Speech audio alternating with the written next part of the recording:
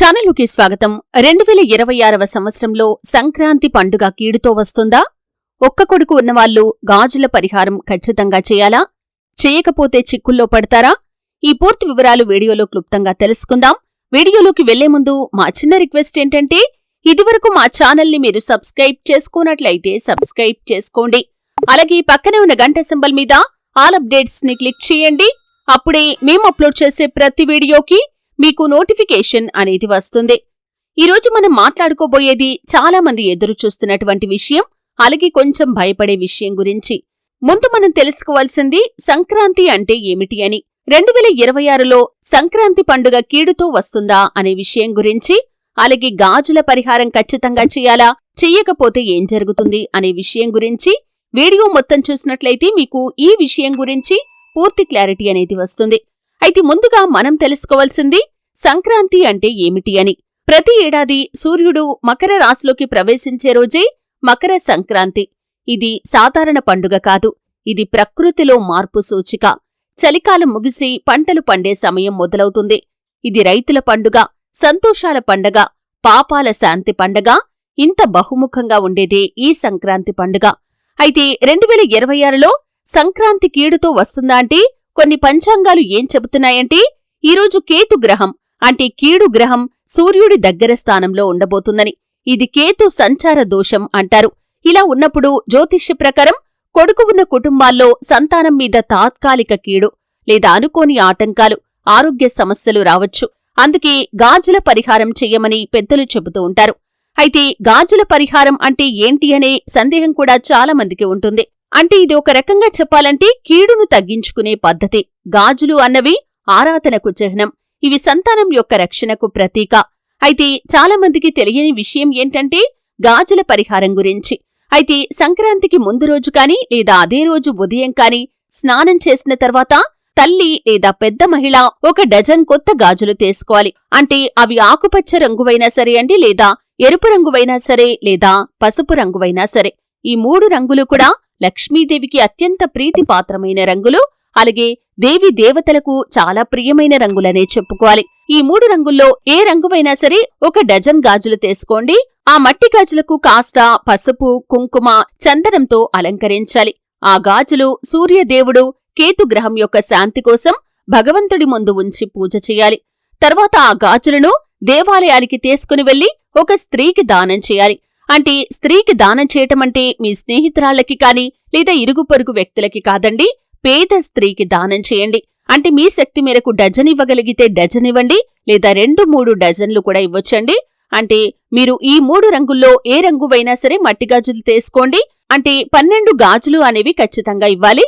12 కాకపోతే 24, 36 ఇలా మీ ఇష్టం వచ్చినన్ని గాజులు ఇవ్వొచ్చండి. ఇష్టమైన స్త్రీకి కాకుండా పేద స్త్రీకి కాని లేదా దేవాలయం దగ్గర ఎవరైనా సరే భిక్షాటన చేసే మహిళకి కూడా ఇవ్వొచ్చు.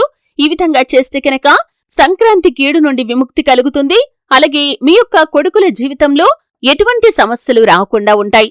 అయితే ఆ గాజులు ఎవరికైతే ఇస్తున్నారో ఇస్తున్న సమయంలో సూర్యకేతు దోషం శాంతి కలగాలని, నా పిల్లలు సుఖంగా ఉండాలని మీ మనసులో ప్రార్థన చేసుకోండి. దాని తర్వాత ఒక దీపం వెలిగించి సూర్యుడికి నీటిని సమర్పించి ఆదిత్య హృదయం కాని లేదా సింపుల్ గా ఓం సూర్యాయ నమః అనే మంత్రాన్ని కాని 11 సార్లు జపం చేయండి. ఇలా చేస్తే సరిపోతుంది. ఇది చాలా సులభమైన పద్ధతి, అలాగే పౌరాణికంగా శాంతి కలిగించేటటువంటి పరిహారం. అయితే ఈ గాజుల పరిహారం అంటే పెద్ద ఖర్చుతో కూడింది కాదు. ఇది మన మనస్సుకి ఒక శాంతిని ఇచ్చే సంప్రదాయం.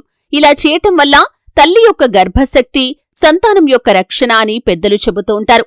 మన ఆధ్యాత్మిక విశ్వాసం మనస్సుకు బలాన్నిస్తుంది. కాబట్టి ఈ విధంగా గాజుల పరిహారం ఖచ్చితంగా చేసుకోండి. అంటే మీ శక్తి మేరకు 1 డజన్ ఇవ్వగలిగితే డజన్ ఇవ్వండి, లేదంటే మీరు ఎన్ని గాజులు ఇవ్వగలిగితే అన్ని గాజులు, ఆకుపచ్చ రంగువి కాని, పసుపు రంగువి కాని, లేదా ఎరుపు రంగువి కాని, ఈ 3 రంగుల్లో ఏదైనా రంగుకు సంబంధించిన గాజులు పేద మహిళకు దానంగా ఇవ్వండి.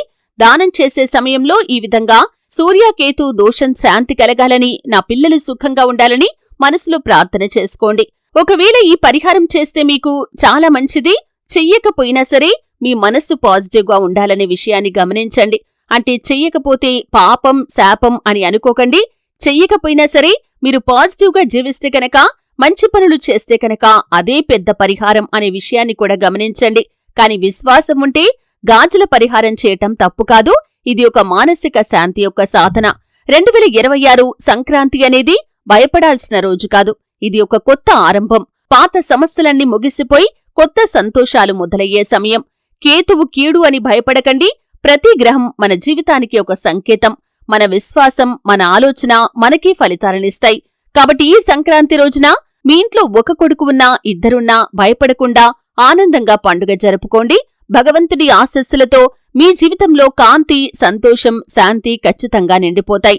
అయితే 2026 సంక్రాంతి అనేది ప్రత్యేక ప్రయోజనాలను మనకు చూపిస్తుంది. ముఖ్యంగా ఈరోజు గాజుల పరిహారం చేయటం వల్ల మనసుకు శాంతి కలుగుతుంది, కుటుంబానికి రక్షణ లభిస్తుంది. అయితే ముఖ్యంగా జనవరి 14వ తేదీన సూర్యుడు మకర రాశిలోకి ప్రవేశిస్తాడు.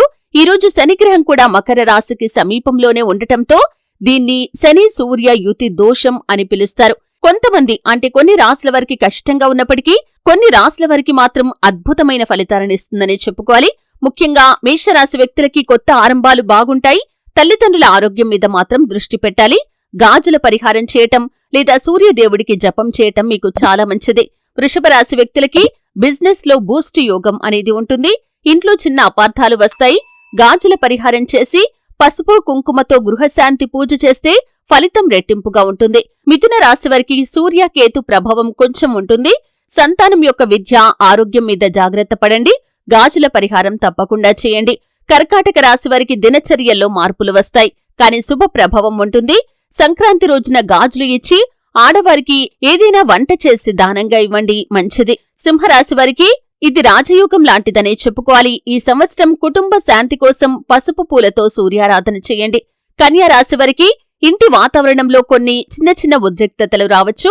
గాజుల పరిహారం లేదా దీపదానం చేయండి, అద్భుతమైన ఫలితం ఉంటుంది.